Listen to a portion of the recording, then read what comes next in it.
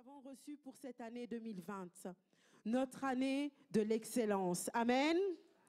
Alléluia. Est-ce que nous sommes prêts? Alléluia. 2020, c'est l'année de l'excellence. Ce que je ne peux pas faire correctement, je ne le fais pas maintenant. Mais je me prépare pour le moment propice. Mon Dieu mérite le meilleur de tout ce que je suis, de tout ce que j'ai. En 2020, fini l'adoration superficielle. Dieu est esprit. Il faut que je l'adore en esprit et en vérité. Il est digne de recevoir la puissance, la richesse, la sagesse, la force, l'honneur, la gloire et la louange. En 2020, fini la connaissance seconde main de la parole de Dieu. Je m'appliquerai personnellement à sonder les Écritures pour en tirer les nutriments nécessaires à ma croissance spirituelle. En 2020, fini la vie de prière en dents de scie.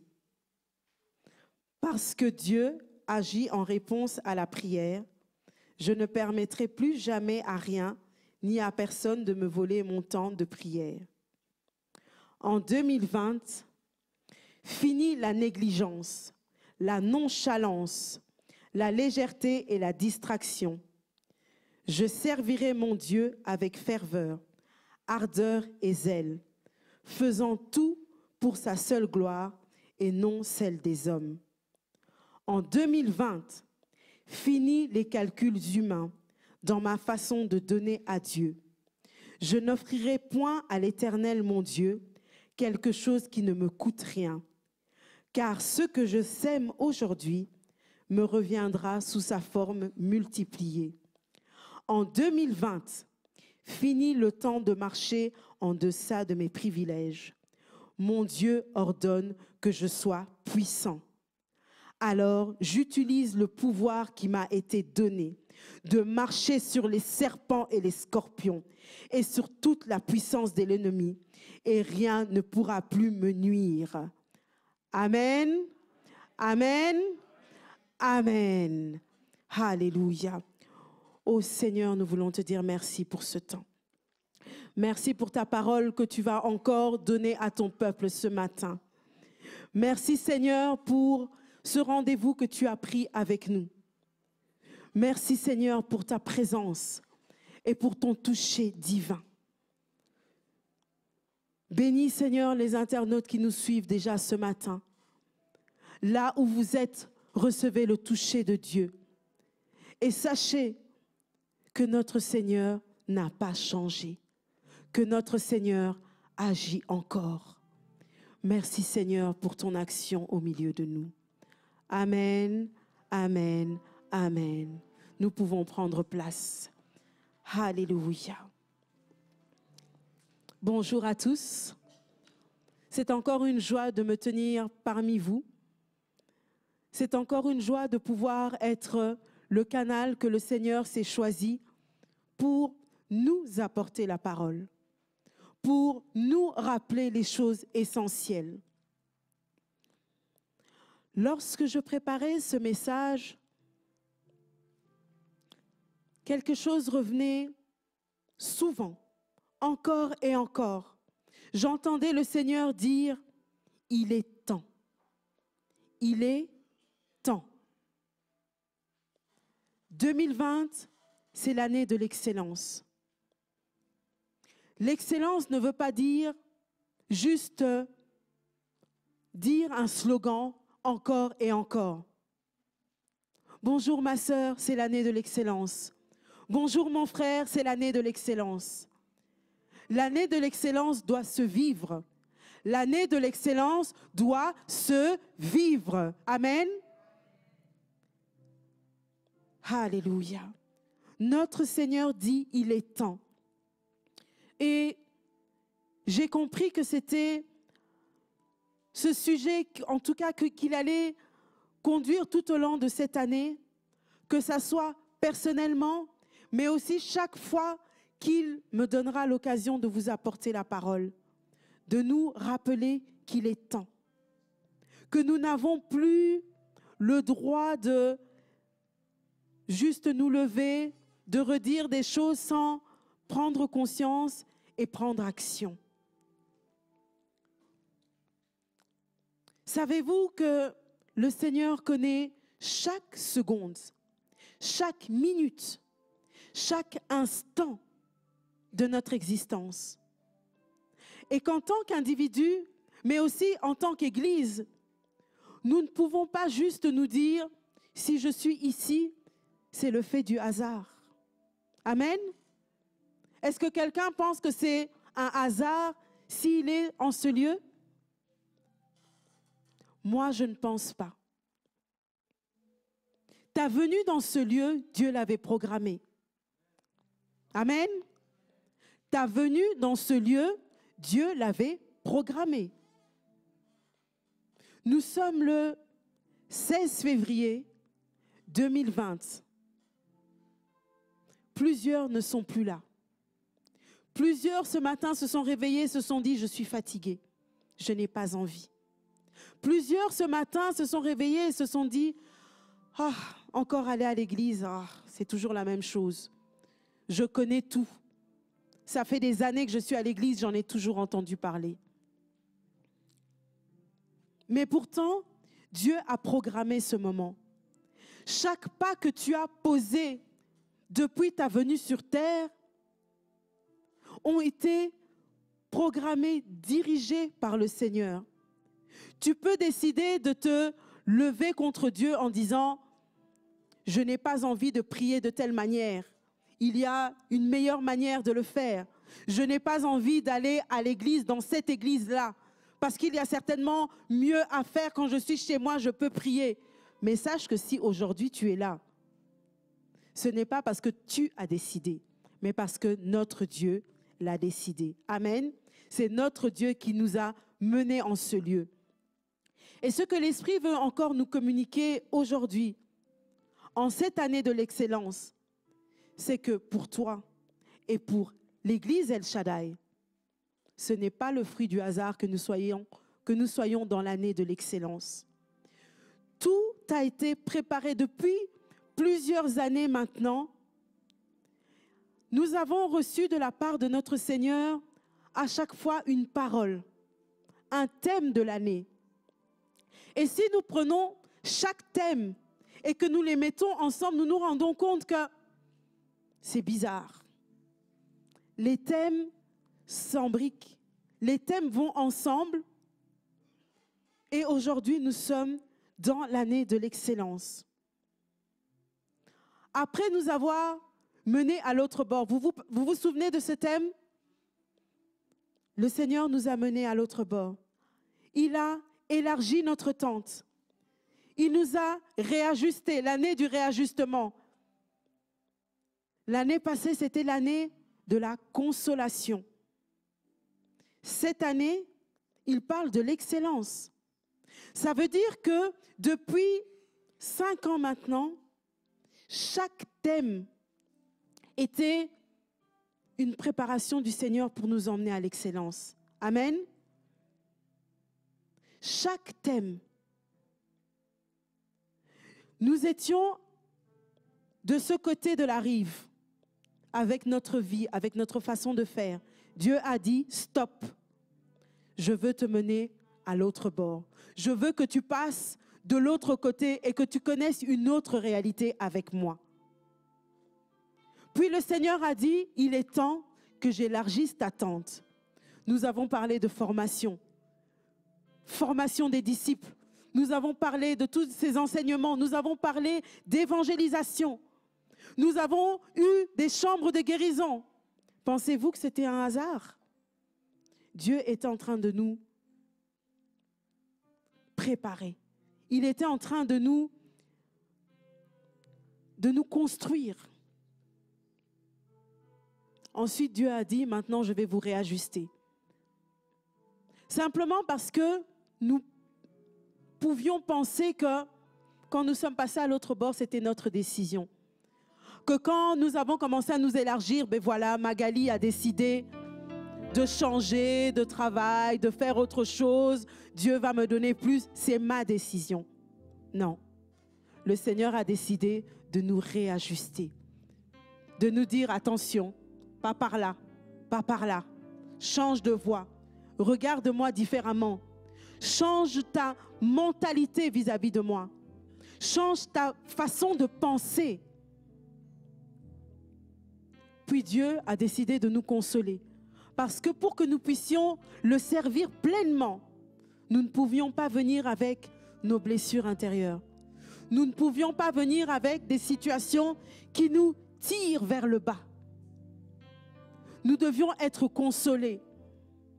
Si tu avais des problèmes pour enfanter, l'année passée a peut-être été ton année. Tu as eu ce bébé miracle que tu attendais depuis si longtemps. Tu n'avais pas de travail, le Seigneur te donne un travail. Mais il est vrai que ce n'est pas pour tout le monde. Tout le monde ne l'a pas encore reçu. Mais ce que Dieu dit, il le fait et il continue de le faire. Chaque thème que nous avons eu ont été pour une année, mais ça ne s'arrête pas à la fin de l'année. Ça continue. Tant que tu n'as pas encore été complètement transformé par ton Dieu, il le fera dans ta vie. Il le fera encore et encore. Amen. Il le fera encore et encore. Mais une chose est claire, c'est que dans le passé, quand nous voyons les différents thèmes, c'était centré sur nous. Dieu nous menait à l'autre bord pour que moi, Magali, je passe à quelque chose de différent. Dieu me réajustait pour que moi, Magali, je change ma vision. Dieu me consolait pour que moi, Magali, je vive quelque chose de différent. Nous étions centrés sur nous-mêmes. Mais Dieu, maintenant, il veut s'occuper de ses affaires. Amen. En nous utilisant, nous qui l'a transformé. Nous qui avons reçu ce shift, comme on dit en anglais, ce changement en nous. Maintenant, c'est le temps de Dieu. Voilà pourquoi le Seigneur dit, il est temps. Il est temps. Et notre texte de référence ce matin, c'est dans Jérémie 31, du verset 31 au verset 34.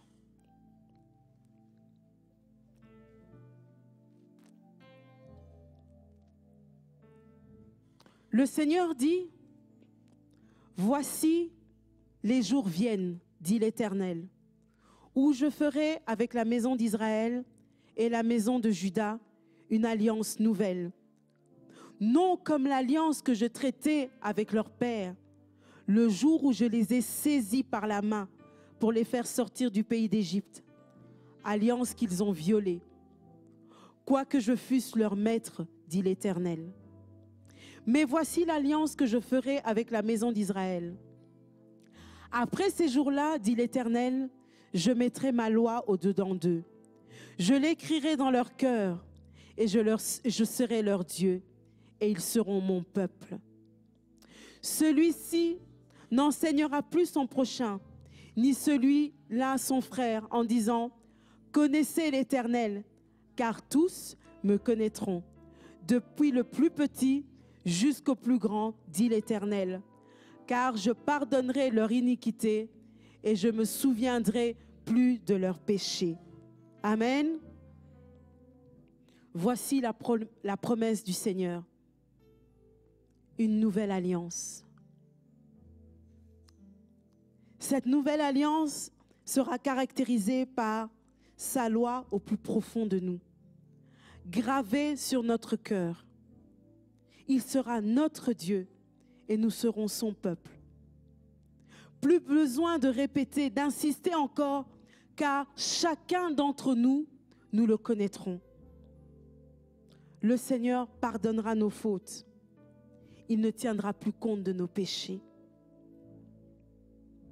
Et cette nouvelle alliance dont le Seigneur parle dans ce texte est étroitement liée à l'excellence.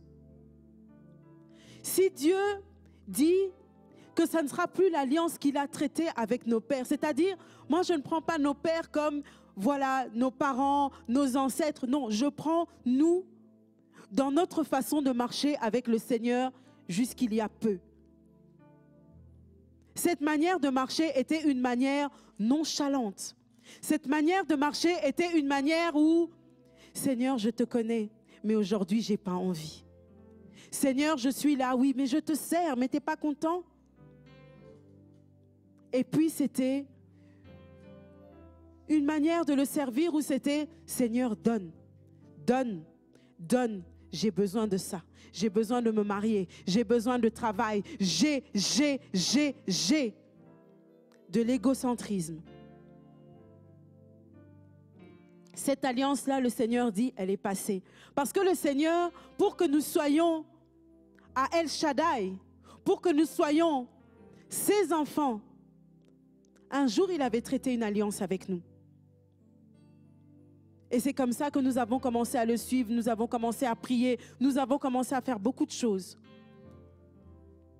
Mais le Seigneur nous avait sortis de l'Égypte, mais comme les enfants d'Israël, dans les déserts, dans les moments difficiles, nous nous sommes retrouvés à murmurer. Nous nous sommes retrouvés à nous plaindre encore du fait que Dieu n'avait pas encore fait. Comme les enfants d'Israël, nous n'étions pas contents de ce que nous avions. Comme les enfants d'Israël, nous avions une église, nous avions un pasteur, mais ce n'était jamais suffisant. Aujourd'hui, notre Seigneur nous dit, je veux traiter avec vous une nouvelle alliance. Année de l'excellence. C'est notre temps d'agir. C'est notre temps de nous lever et de dire, Seigneur, je ne veux plus être centré sur moi-même. Maintenant, je veux réellement dépendre de toi. Je veux réellement te servir. Et pour vivre la promesse que Dieu nous dit, que Dieu nous fait, où sa loi sera profondément ancrée en nous. Le Seigneur nous a donné sa loi depuis plus de 2000 ans. Le Christ est mort pour nous. C'était la preuve que Dieu nous aimait. Mais malgré cela, nous n'avons pas agi comme le Seigneur nous le demande. Aujourd'hui, frères et sœurs, le Seigneur nous le dit, nous le répète. Il est temps. Il est temps de changer. De changer. Amen. Ces paroles peuvent sembler être dures, mais nous n'avons plus le droit. Nous n'avons plus le droit de nous asseoir et de juste répéter un slogan. C'est l'année de l'excellence. Nous devons nous mettre en marche. Nous devons nous recentrer sur le Seigneur. Car notre Dieu mérite le meilleur. Amen. Notre Dieu mérite le meilleur de toi, Graciette. Notre Dieu mérite le meilleur de toi, Glody. Notre Dieu mérite le meilleur de toi. Pas de ton frère, de ta tante, de ton oncle, mais de toi. Toi qui es en ce lieu, Dieu mérite le meilleur de toi et de ce que tu as en toi. Parce que Dieu nous a tout donné. Il nous a donné des dons. Il nous a donné des talents. Est-ce que nous les utilisons? Est-ce que nous les utilisons pour son œuvre? Pas toujours. Nous aimons être caressés dans le sens du poil. Mon frère, Dieu va te donner une voiture. Amen. On se lève. On reçoit. Dieu aujourd'hui nous dit, il est temps. Il est temps. Cette parole brûle en moi. Quand je l'entends, je me dis, Seigneur, montre-moi juste le chemin que je veux faire. Nous n'avons pas le droit de faire semblant et de ne pas entendre la voix du Seigneur ce matin. Toi, mon frère qui est en train de nous suivre à travers les ondes, Dieu te dit, il est temps. Arrête ce que tu fais et fais ce que Dieu te demande, car il est temps.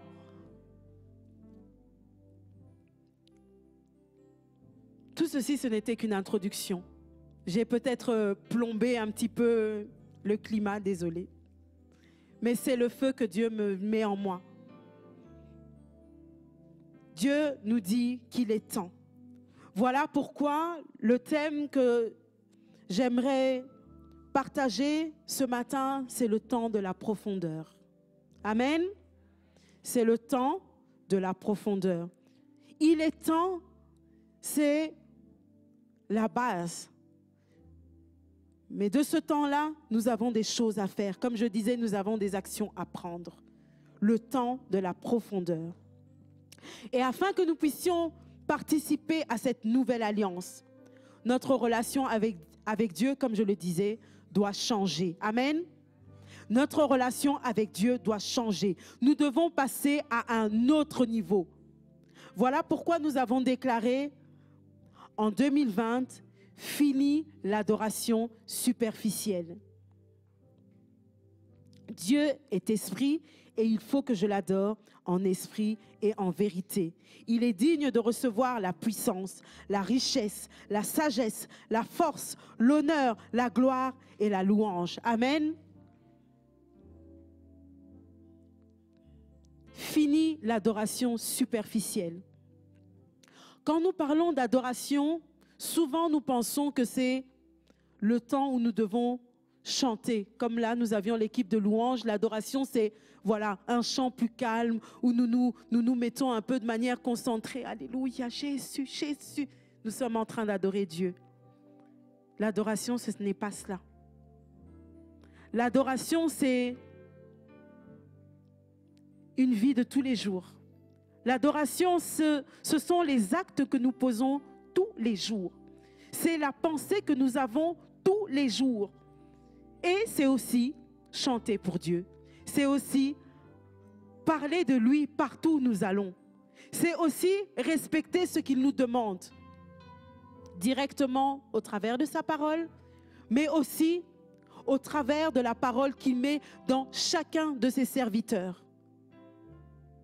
Si Dieu nous parle, aujourd'hui, ce n'est pas Magali qui parle.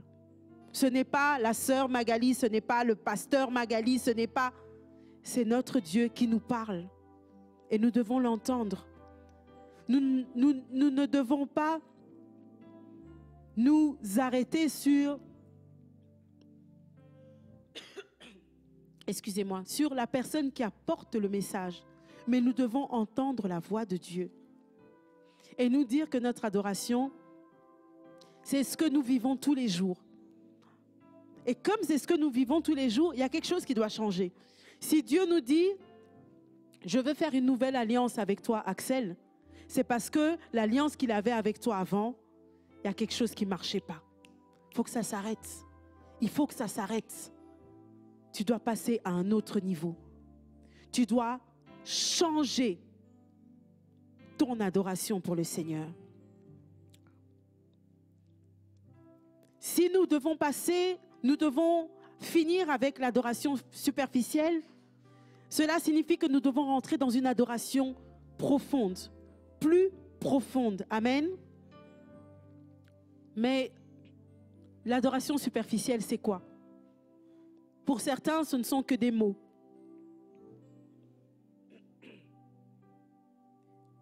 J'ai cherché dans le dictionnaire et superficiel signifie qui n'est pas en profondeur. Ok, ça ne parle pas plus. Superficiel peut signifier ce qui n'est pas essentiel, ce qui est léger, ce qui est futile, ce qui est vide. Si on prend par exemple une blessure, moi je vois souvent ça aujourd'hui avec les enfants, voilà, c'est l'exemple que je donne. Un enfant court et puis il passe près d'une table qui est un peu aiguisée, pointue, clac, il se blesse. Et puis on regarde, maman j'ai un bobo. C'est une égratignure, c'est superficiel. Les tissus n'ont pas été touchés, c'est au-dessus, ça va cicatriser. Donc il n'y a rien de profond, voilà, ça passe. Si on tombe sur un tesson de bouteille, une bouteille qui a été cassée, on tombe dessus, le verre rentre dans la cuisse. On se retrouve à l'hôpital, aux urgences. Ah, il y a un tendon qui est coupé, il faut coudre. Ça, c'est une blessure profonde. Une adoration légère ou vide, c'est une adoration qui n'a pas de base. C'est, on prend un peu de temps. Ah Seigneur, je t'aime. 1 minute, parce que je n'ai pas le temps de faire, de prier plus. 1 minute, vite fait, je me réveille le matin. Alléluia, merci Seigneur pour la journée. Merci parce que tu es avec moi. Et puis je fais ma vie. Une adoration superficielle, c'est, on a des amis, nous on est chrétiens, on le dit, on est chrétiens. Mais quand les amis décident de s'habiller un peu bizarrement, d'aller pour des filles par exemple, quand on est, voilà, on a 15, 16 ans, 17 ans, on veut aller un peu se montrer devant les garçons. Ah mais j'ai envie d'être comme mes amis, hein. Seigneur, c'est pas grave, je le fais. Il n'y a rien qui nous parle et qui nous dit, attention, ce que tu fais, tu ne peux pas. Il n'y a rien. L'adoration superficielle, c'est souvent l'adoration qu'on a simplement parce que nous avons suivi quelqu'un. Parce que, par exemple, nos parents nous ont toujours dit, tu dois prier le matin, tu dois prier avant de manger, tu dois venir à l'église. Voilà pourquoi on le fait. Mais ce n'est pas parce que nous l'avons au fond de nous et qu'on a ce feu-là qui nous dit, lève-toi, va. Une adoration superficielle, c'est parce qu'on en a toujours entendu parler. Les pasteurs disent toujours, Dieu est grand, amen. Eh bien, je répète la même chose. Est-ce que tu le vis? Est-ce que tu le comprends? Pas toujours. Nous répétons des choses que nous entendons, que nous avons entendues, mais nous ne le vivons pas. Voilà l'adoration superficielle. Et c'est une adoration, c'est une manière de vivre avec notre Dieu qui, à la moindre tempête, pouf, on oublie ce qu'on disait même la veille. Seigneur, tu es bon, alléluia, je t'aime. Quand Pasteur Marlène dit, allez, mettons-nous à genoux, prions, on prie Seigneur. Le lendemain, il nous arrive quelque chose, on nous apprend qu'on a perdu notre travail, on oublie que Dieu est grand, que Dieu est puissant et que c'est la source de nos ressources. Voilà l'adoration superficielle. En général, une adoration superficielle, nous sommes centrés sur nous-mêmes. Seigneur, donne-moi. Oh, pour les célibataires, vendredi, samedi, on vous a enseigné. Mais célibataire, souvent veut dire, je veux me marier. Seigneur, donne-moi le mariage. Est-ce qu'on dit, Seigneur, donne-moi plus de toi? Pas toujours. On cherche le mariage, c'est le plus important. Seigneur, j'ai besoin de cette dernière voiture, là, Seigneur, donne. On est centré sur nous-mêmes et on voit notre Dieu simplement comme un distributeur. Dieu donne, donne, donne, donne. C'est tout ce que je veux de toi. Dieu nous donne rendez-vous à 9h. On vient à 9h40. La louange est passée. Oui, mais je suis quand même à l'église, c'est pas grave. Ton Dieu t'a donné rendez-vous à quelle heure? Ton Dieu t'a donné rendez-vous à 9h. Viens 5 minutes plus tôt. Ne quitte pas chez toi à 9h pour arriver au culte quand le culte a déjà commencé. Non. Ça veut dire que tu n'as encore rien compris. Je n'ai encore rien compris si j'agis comme cela.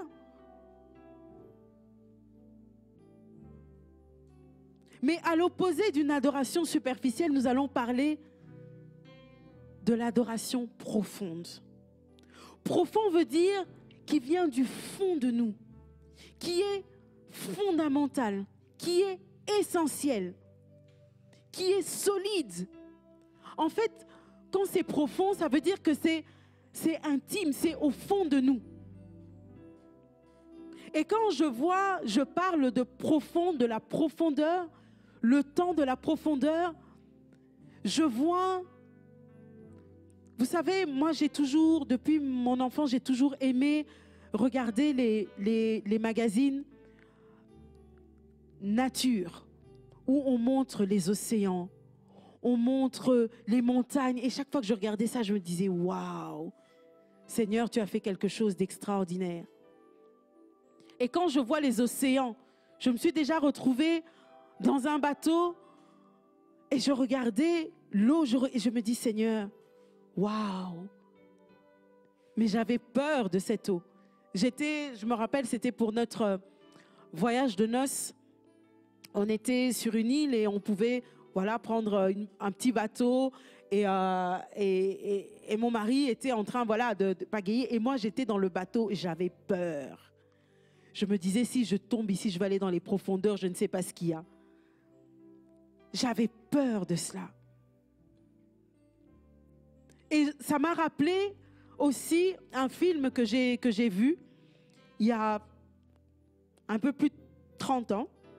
Ça donne un petit peu une idée de mon âge. Qui s'appelait Le Grand Bleu. C'était avec un acteur qui s'appelait Jean-Marc Barr. Et cet homme, le Grand Bleu, en fait, c'était l'océan. Il y avait un bateau qui le prenait et qui l'emmenait en plein milieu de l'océan. Et en fait, lui, c'était un plongeur.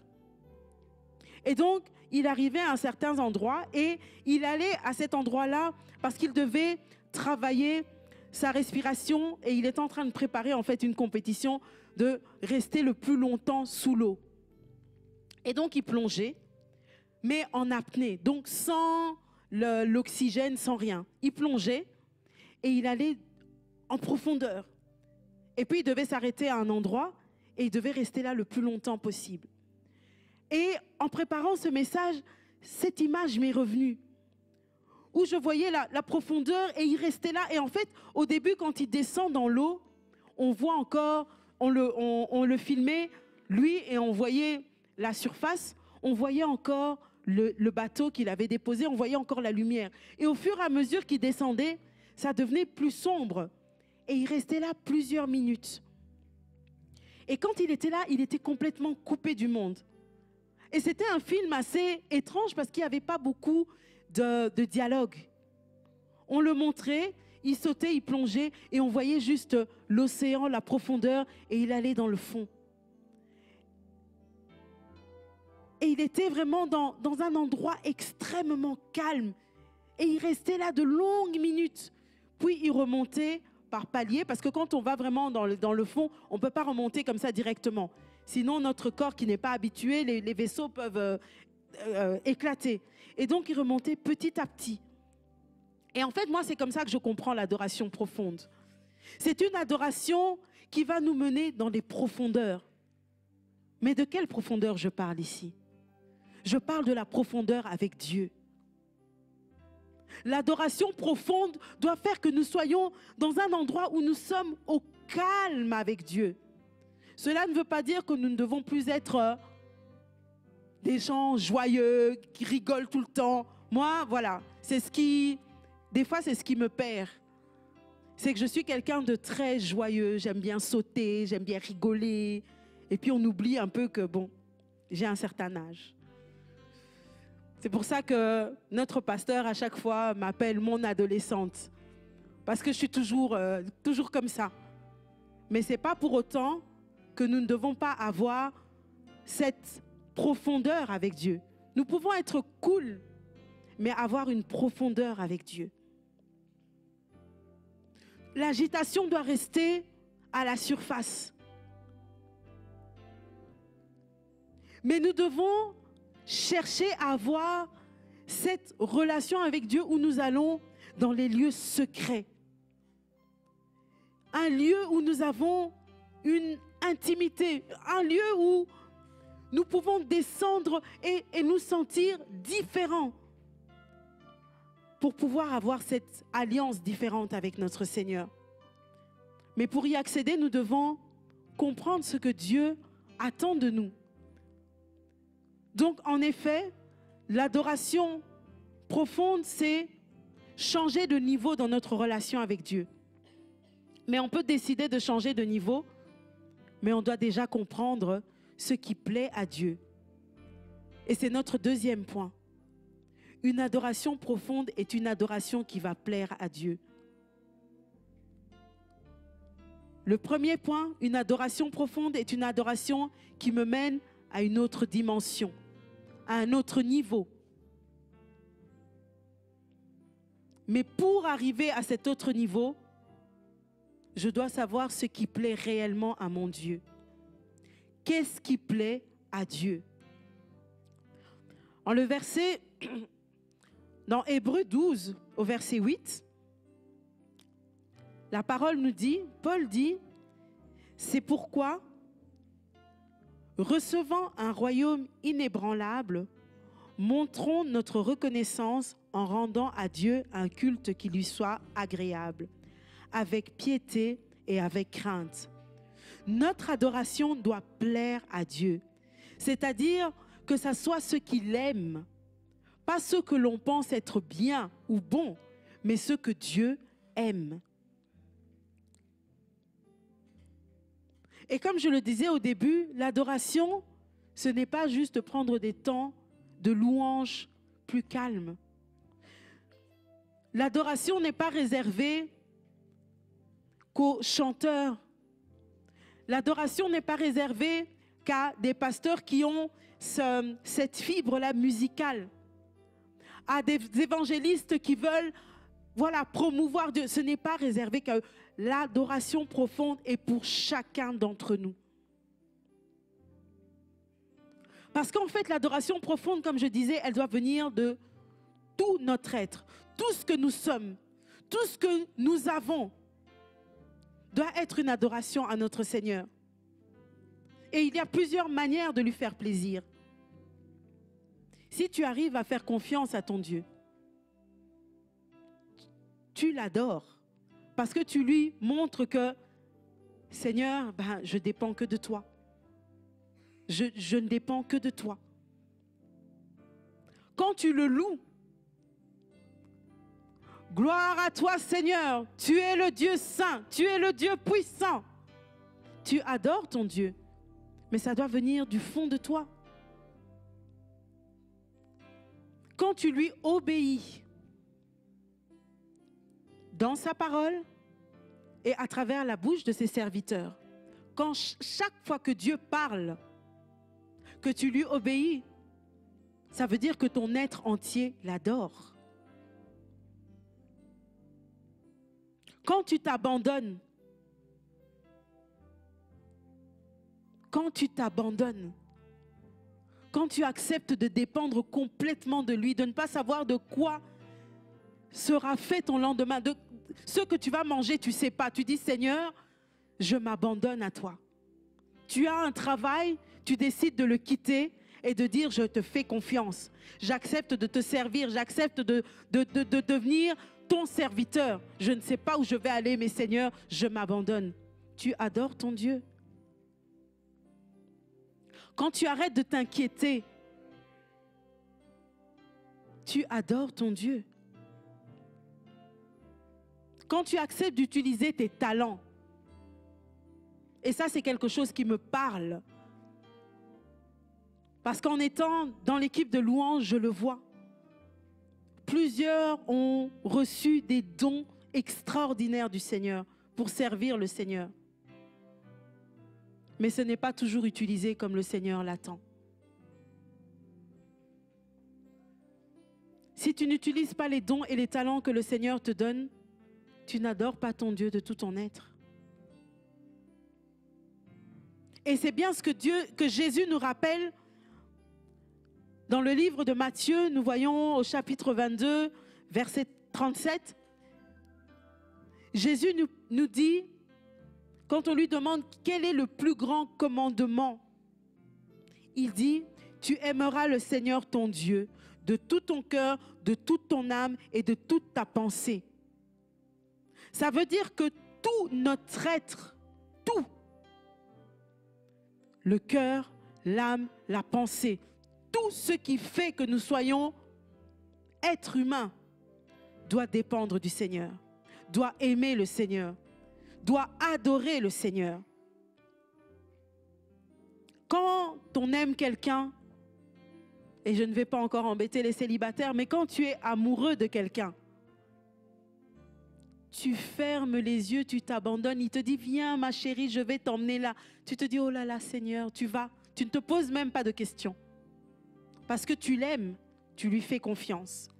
Quand on aime, on On n'attend rien d'autre que la personne soit à côté de nous.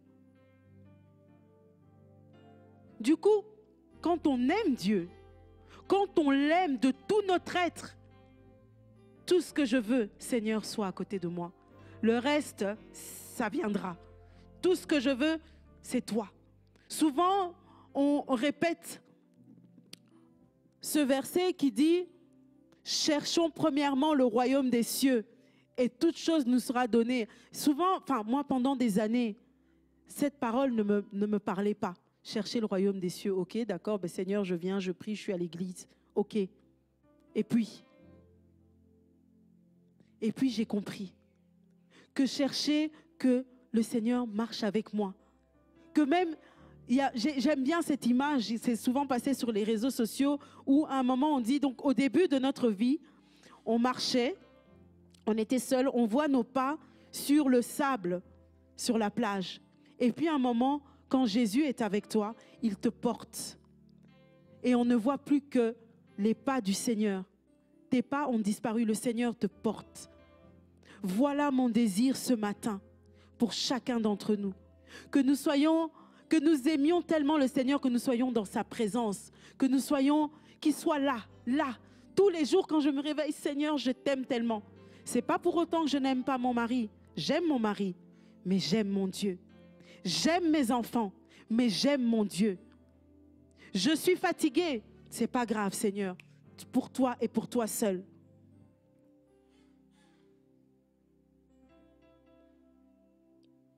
Pour toi et pour toi seul. Je peux travailler jusqu'à 2 heures du matin. À 8 heures, je suis là. Je peux travailler jusqu'à 6 heures du matin. Si j'avais pris rendez-vous avec le Seigneur qu'à 6h30, je me réveille et que je prie, je le fais. Seigneur, donne-moi la force. Seigneur, donne-moi la force. Mais il est vrai que notre chair, ce n'est pas ce qui va nous aider à dépendre du Seigneur, à aimer le Seigneur et à le chercher encore plus. Notre chair nous poussera à nous rebeller. Quand on est fatigué, la fatigue est tellement forte, tu dis « Ah Seigneur, bon, pardonne-moi Seigneur, je suis vraiment fatigué, je veux dormir, merci pour tout, amen. » Et puis tu fermes les yeux, tu dors. La chair ne va pas te dire « Je sais, je suis fatigué, mais comme tu avais rendez-vous avec Dieu, fais-le, je reviendrai après. Le sommeil va revenir après. » Non, la chair ne va pas faire ça. Et dans la parole du Seigneur, dans Romains 8, au verset 7, c'est encore dit, « Car l'affection de la chair est inimitié contre Dieu, parce qu'elle ne nous soumet pas à la loi de Dieu et qu'elle ne le peut même pas. » Alors si notre chair, si ce que nous sommes, ce que nous voyons, ce que nous touchons, ne peut pas nous aider à nous plonger dans la profondeur avec Dieu, c'est notre esprit qui doit se réveiller. Et c'est pourquoi dans notre déclaration qui dit « Fini l'adoration superficielle en 2020, Dieu est esprit, il faut que je l'adore en esprit et en vérité. » Dans Jean 4, 24, que ce verset a été tiré. Je dois l'adorer en esprit et en vérité. Ça veut dire que ce n'est pas ma chair qui doit adorer Dieu, mais c'est mon esprit. Ce n'est pas l'Esprit de Dieu. Souvent, nous avons tendance à penser « Oh, Esprit de Dieu, aide-moi à adorer Dieu. » Non. N'est-ce pas David qui dit « Mon âme bénit l'Éternel. Mon âme bénit l'Éternel. » Pourquoi est-ce que David le disait? Parce qu'il savait qu'il vivait des moments difficiles, que sa chair était fatiguée, qu'il courait de caverne en caverne pour se cacher parce que Saül voulait sa mort. Mais il ordonne à son âme, bénis l'Éternel. Alors ce matin, je voudrais dire à quelqu'un, dis à ton âme, dis à ton esprit, ce n'est plus moi, c'est toi, toi et toi qui dois adorer le Seigneur. Et vous verrez le changement dans votre vie. nous verrons le changement dans notre vie. Amen. Est-ce que quelqu'un croit cette parole? Vous savez, le Seigneur, j'ai reçu cette parole, je pouvais la garder pour moi. Mais le Seigneur a quelque chose pour cette église. Le Seigneur a quelque chose pour El Shaddai. Pas pour Église X, pas pour le peuple Y où on va envoyer un message. Cette parole est pour toi. Non, non, cette parole est pour nous. Et spécialement pour ceux qui sont là ce matin. Parce que je ne vais pas répéter cette parole à midi. Donc ceux qui sont à midi la recevront à un autre moment. La suivront peut-être sur Internet. Mais c'est pour toi qui es là ce matin. Dieu te dit, dis à ton esprit, adore-moi.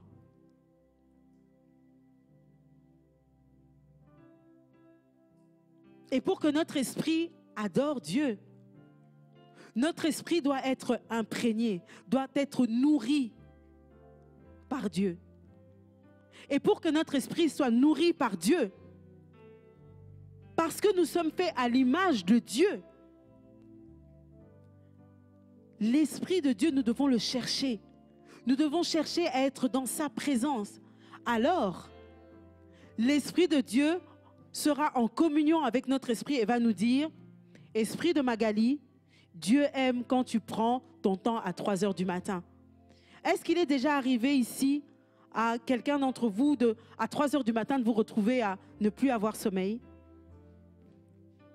Je vais vous dire quelque chose ce matin. Peut-être que personne ne vous l'avait dit. Mais c'est Dieu qui demandait que tu te lèves et que tu pries. Pendant des années, j'ai eu des moments de sursaut.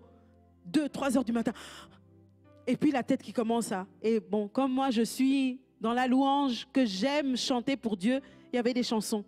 Et ça chantait, ça chantait. Et puis je me levais, je vais peut-être à la toilette, je reviens, et ça chantait. Je suis là, mais je suis fatiguée, je veux dormir. Je n'avais pas compris que Dieu était en train de m'appeler. Et là, c'était mon esprit, parce que c'était même pas moi, vu que je dormais, qui me poussait à prier et à adorer dans le chant. Jusqu'au moment où je l'ai compris. Quand aujourd'hui, à 3 heures du matin, mes yeux s'est ouverts et j'arrive plus à dormir, je commence pas à tourner dans mon lit. Seigneur, je me lève, parce que sinon, quand on reste couché, je me lève. Seigneur, Seigneur, me voici. Que veux-tu me dire ce matin?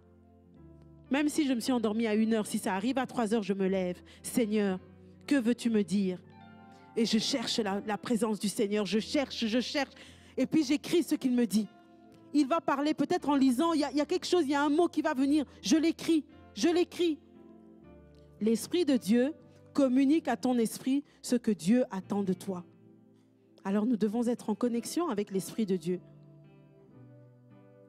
Tu es peut-être dans ta voiture en train de conduire et à ce moment-là, paf, adoration. Tu te dis, mais pourquoi est-ce que j'ai ce... Parce que Dieu veut que tu fasses quelque chose à ce moment-là.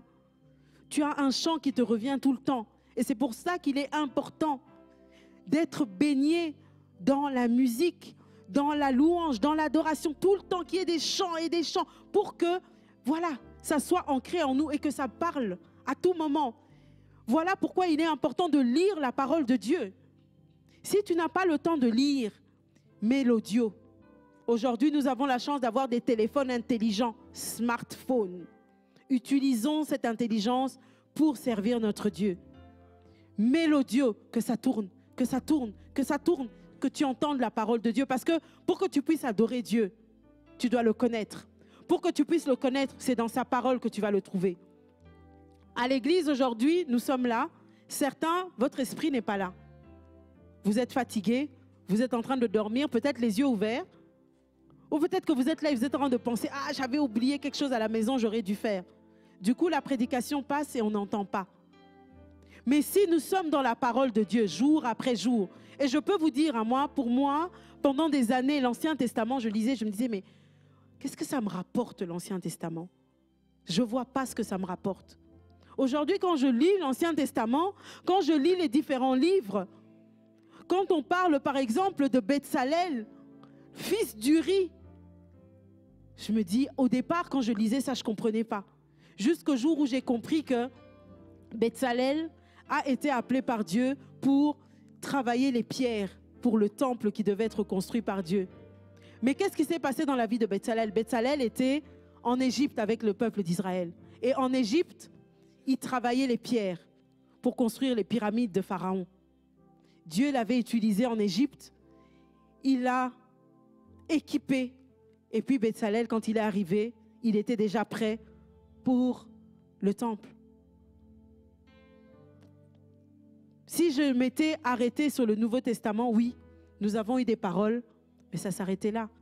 Mais là, aujourd'hui, je vois que le Seigneur avait déjà commencé à cette époque-là à utiliser les situations difficiles de quelqu'un pour que quand il allait finalement venir le servir, qu'il soit prêt. Tout est dans la parole du Seigneur. Tout est dans la parole du Seigneur. Tu n'as pas besoin de chercher loin. Tu n'as pas besoin d'un prophète pour te dire ce que sera ta vie demain, parce que Dieu te le dit dans sa parole. Amen. Dieu me le dit dans sa parole. Tout est dans la parole du Seigneur. Je ferai de toi une grande nation. Je t'utiliserai pour guérir les malades. Le Seigneur le dit dans sa parole. Est-ce qu'un prophète doit venir des États-Unis, d'Afrique du Sud, d'Australie pour me dire « Magali, je t'utiliserai pour mon œuvre » ? Il le dit dans sa parole. Quand je le lis, quand je cherche Dieu, le réma de Dieu se réveille. Quand le réma de Dieu se réveille, c'est la parole de Dieu qui est révélée à mon esprit et qui me dit « Magali, ne t'inquiète pas, je vais t'utiliser. » Quand je suis en train de défaillir, que je suis malade, il y a 2 ans de cela, pour ceux qui ont entendu le témoignage, quand j'ai quitté mon travail, pendant 2 ans, j'ai été malade tout le temps. J'étais à l'église, mais j'étais malade. Des maux de tête qui ne s'arrêtaient pas, au point où j'ai pris presque de la morphine. Ça n'allait pas. Mais le Seigneur avait dit dans sa parole, « Fais-moi confiance, je suis avec toi. » C'était dur à ce moment-là de le croire. Et il faisait que me le répéter, fais-moi confiance. Quand aujourd'hui je lis les différents moments où il m'a parlé, les différents moments où il m'a réveillé la nuit pour que j'écrive, je vois encore et encore où Dieu me disait, fais-moi confiance. C'est nulle part ailleurs que je l'ai reçu, c'était dans sa parole. C'était dans sa parole.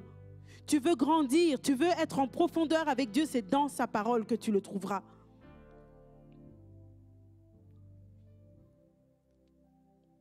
Quand nous connaissons cette nouvelle dimension avec Dieu, quand son esprit vient communiquer à notre esprit qui est Dieu, Dieu devient tout pour nous.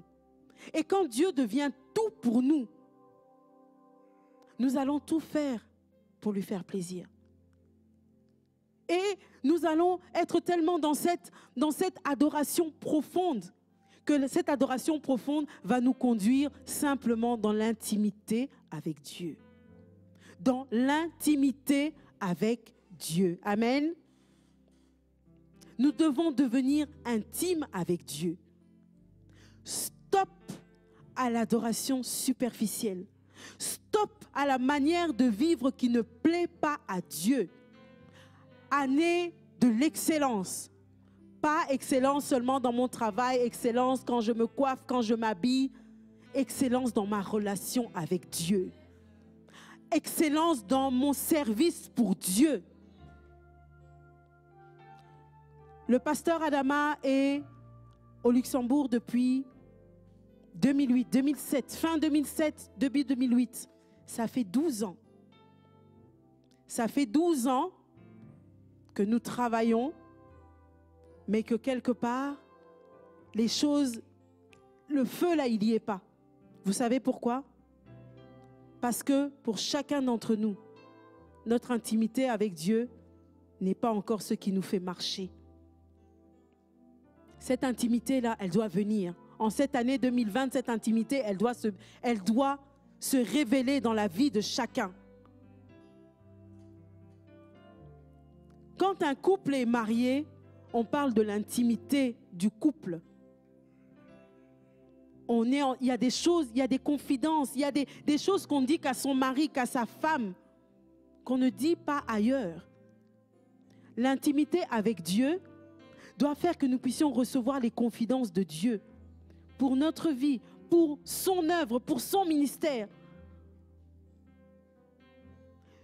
Abraham était intime avec Dieu. Il était toujours à se mettre à l'écart, parler. Et vous voyez que quand on parle d'Abraham dans Genèse, on voit même que Dieu est venu lui parler. Par ces 3 hommes qui sont venus lui annoncer que Sarah allait être enceinte. Dieu est venu lui faire une confidence de ce qu'il allait faire dans sa vie. Abraham les a rencontrés où? Il était à l'écart de chez lui, à côté, il y avait un arbre. Il était assis là et ils sont passés. Il leur a dit, allez, où allez-vous? Dieu lui a parlé. Cela veut dire que c'est quand on est intime avec Dieu, qu'on a les confidences de Dieu, que Dieu nous dit ce qui peut arriver. On n'a pas besoin d'avoir des prophéties tous les jours. Parce que la prophétie de Dieu, elle vient directement quand on est en intimité avec lui. Jean était l'ami de Dieu. Et nous voyons cette image où on voit Jean couché sous le torse du Seigneur. Et il y a un apôtre, on pense que c'est Pierre, qui vient, qui pose la question. Quand Jésus est en train de parler de celui qui va le trahir. Pierre a posé la question à Jean en disant, pose au maître la question. Qu'est-ce que ça voulait dire? Il aurait pu lui poser la question directement, le maître était en face de lui. Pourquoi est-ce qu'il ne l'a pas fait? Il a préféré que ce soit Jean qui était, pour que peut-être que Jésus lui dise dans l'oreille. Mais pour que Jésus parle à Jean dans l'oreille, Jean était où? Jean était dans l'intimité du Seigneur. Jean était dans l'intimité du Seigneur. Et voilà où nous devons nous retrouver, dans l'intimité avec le Seigneur. Et même Jésus est notre exemple de l'intimité avec Dieu. Il est vraiment le meilleur exemple même. Parce qu'on voit que Jésus, chaque fois quand vous lisez dans la parole, vous voyez par exemple dans Matthieu 14 au verset 23, on dit, quand Jésus eut renvoyé la foule, il monta sur la montagne pour prier à l'écart. Et comme le soir était venu, il était là seul. Jésus se retirait souvent. À la fin de la journée, quand il avait œuvré pour Dieu, pour le royaume, il se retirait, il montait, il allait à la montagne. Il allait prier, il allait parler à Dieu. Quelle est ta montagne? Où est-ce que tu te mets pour parler directement à Dieu? Où est-ce que tu vas pour avoir cette intimité-là avec Dieu? Quand est-ce que tu prends le temps d'avoir l'intimité avec Dieu? Tu passes par des troubles, mais prie. Prie. Tu es dépassé, loue le Seigneur.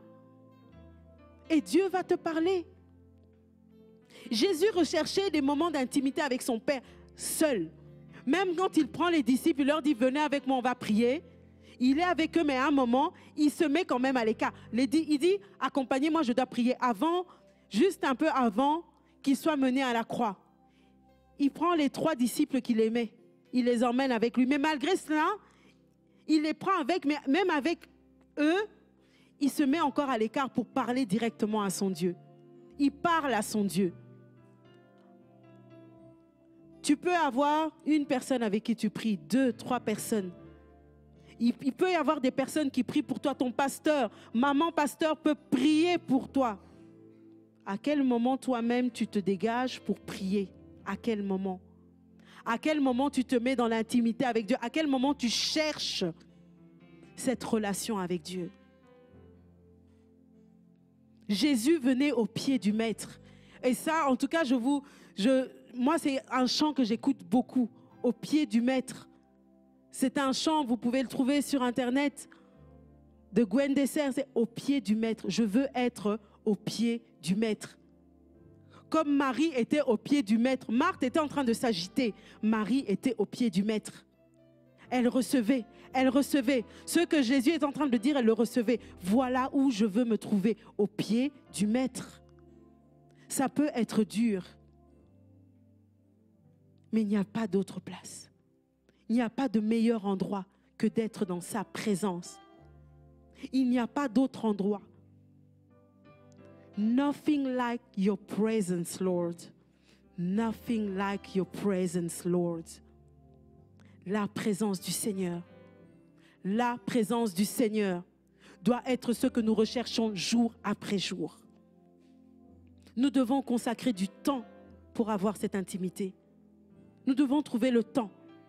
Si tu ne peux pas évangéliser tous les jours, sortir, aller parler, tu as peut-être des amis. Dans ton groupe WhatsApp, au lieu d'envoyer des blagues et tout ce qui passe aujourd'hui dans les réseaux, crée un groupe.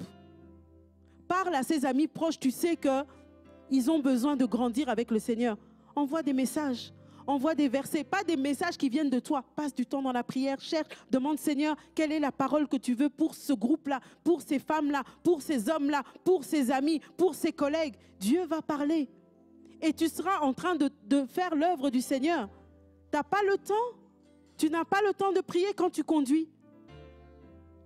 Seigneur, prends ta place. Seigneur, prends ta place. Les 20 minutes que tu fais ça peut être là, l'endroit où tu pries. Je peux vous dire qu'aujourd'hui, que je suis femme entrepreneur, je n'ai pas beaucoup de temps. 24 heures, ce n'est pas assez. 24 heures, ce n'est pas assez. Donc oui, je peux aussi m'asseoir et dire, Seigneur, je n'ai pas le temps de te chercher. Mais je sais que je n'ai pas le droit. Parce que le Seigneur nous dit, il est temps. Alors, tout instant, chaque minute, chaque moment, quand tu es en train de te doucher, sous l'eau qui est en train de couler, parle au Seigneur. Seigneur, plus de toi. Mélodie, quand tu es en train de courir, tu dis, Seigneur, le but là, c'est pour toi. Parle-moi, dis-moi quand j'arrive au but, qu'est-ce que je dois dire à la personne qui est à côté? Peut-être la personne qui est à côté de toi a besoin d'entendre une parole. Parce qu'elle a couru, elle s'est fait mal ou qu'elle n'est plus sûre d'elle, tu vas lui dire, fais confiance à Dieu. Qu'elle croit ou qu'elle ne croit pas, tu dis la phrase et puis tu passes. Cette phrase-là va porter du fruit. Cette phrase-là va porter du fruit. Amen. Alléluia. Dans Jérémie 29, 13, et ça va être un des derniers passages que nous allons avoir, c'est « Vous me chercherez et vous me trouverez si vous me cherchez de tout votre cœur. » Nous devons mettre tout notre cœur à chercher le Seigneur. Le Seigneur confie ses secrets à ses fidèles. Il les instruit parce qu'ils sont à côté de lui. Si tu n'es pas à côté du Seigneur, si mon frère, tu n'as pas donné ta vie à Dieu, il ne va pas te parler. Il ne va pas te parler. Mais si tu décides de donner ta vie, si tu décides de le chercher, si tu décides de le rencontrer, il va se laisser trouver. Ainsi, il dit dans Apocalypse 3 au verset 20, « Voici, je me tiens à la porte et je frappe.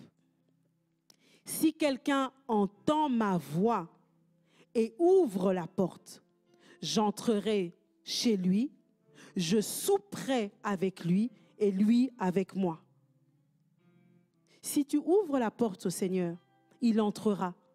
Il va souper avec toi. Et vous serez en tête à tête, face to face. Il va te parler, il va te dire ce qu'il faut. Mais c'est si tu acceptes qu'il entre. Si tu le regardes, tu te dis, oulala, j'ai pas envie aujourd'hui, il ne va pas rentrer. Notre Dieu est un gentleman. Il ne force pas la porte. Mais si tu le laisses entrer, il viendra, il soupera avec toi et il te dira des choses. Vous savez, dans le monde des grands, des puissants, c'est généralement autour des tables, autour d'un repas qu'il y a certaines confidences qui sortent. Ce n'est pas quand ils sont devant tout le monde, mais c'est souvent autour d'une table. Ils sont en train de partager un repas. On appelle ça des repas d'affaires. On parle de certaines choses. Donc si le Seigneur vient souper avec toi, il va te parler de certaines choses. Alors pourquoi rester loin de cette intimité? Pourquoi rester loin de cette intimité? Seigneur, je veux plus de toi. Seigneur, j'ai soif de toi. Je veux aller en profondeur.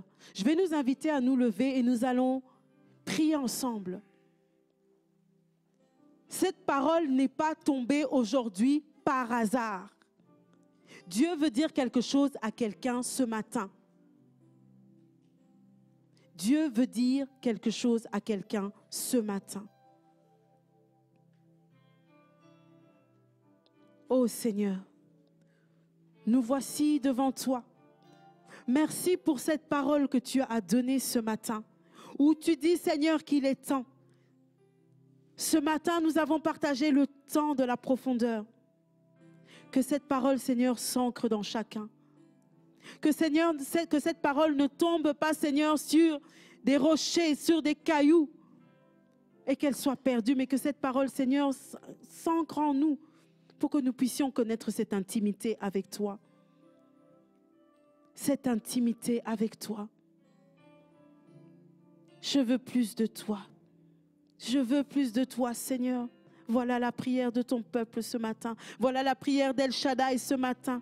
Plus de toi, Seigneur. Plus de toi dans ma vie. Plus de toi dans tout ce que je fais, Seigneur. Pas plus de toi pour les bénédictions que tu vas me donner, mais plus de toi pour que je sois, Seigneur, ton ami. Que tu puisses, Seigneur, partager des choses, Seigneur, qui sont dans ton cœur, oh Dieu de grâce, oh Dieu éternel. Jésus, plus de toi. Plus de toi. Je veux être intime avec toi. Je veux être, Seigneur, celui qui entend ta parole jour après jour. Je veux, Seigneur, que cette parole transforme la vie de quelqu'un à côté de moi. Que, Seigneur, ton esprit, que ton onction soit en moi pour que, Seigneur, plusieurs soient touchés. Jésus, tu nous as mis au Luxembourg pour que nous soyons intimes avec toi. L'intimité que nous n'avions pas ailleurs, Seigneur, nous l'aurons ici. Ici, Seigneur, à tes pieds.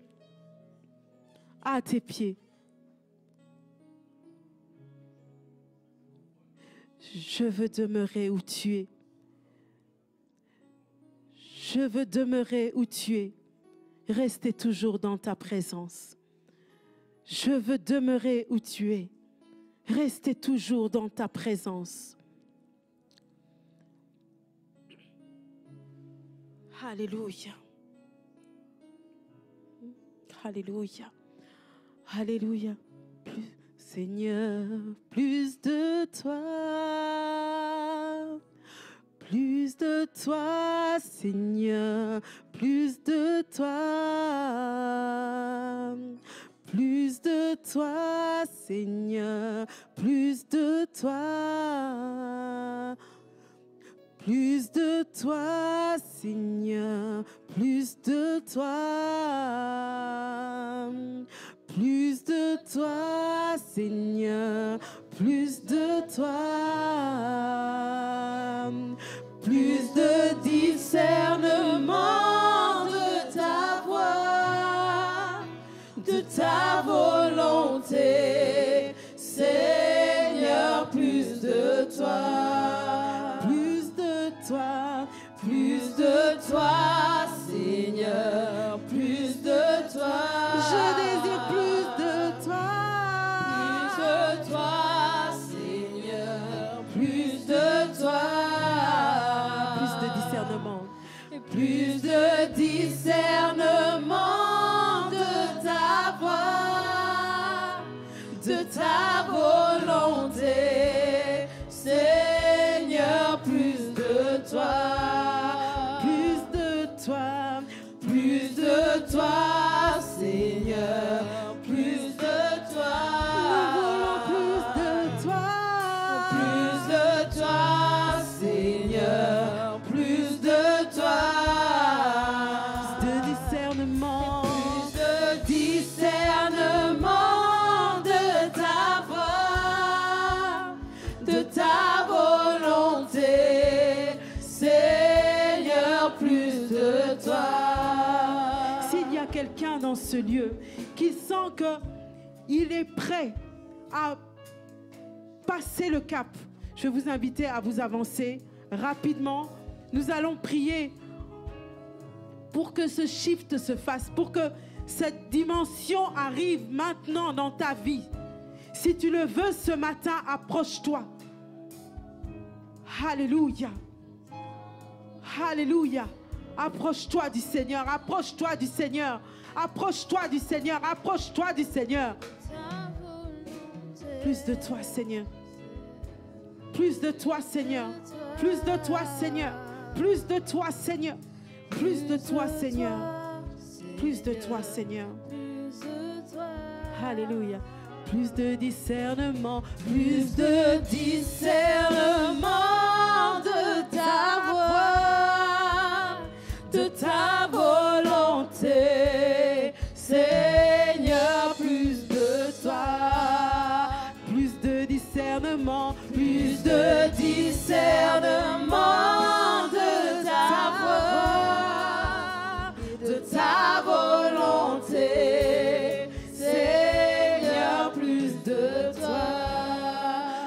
de discernement. Plus de discernement.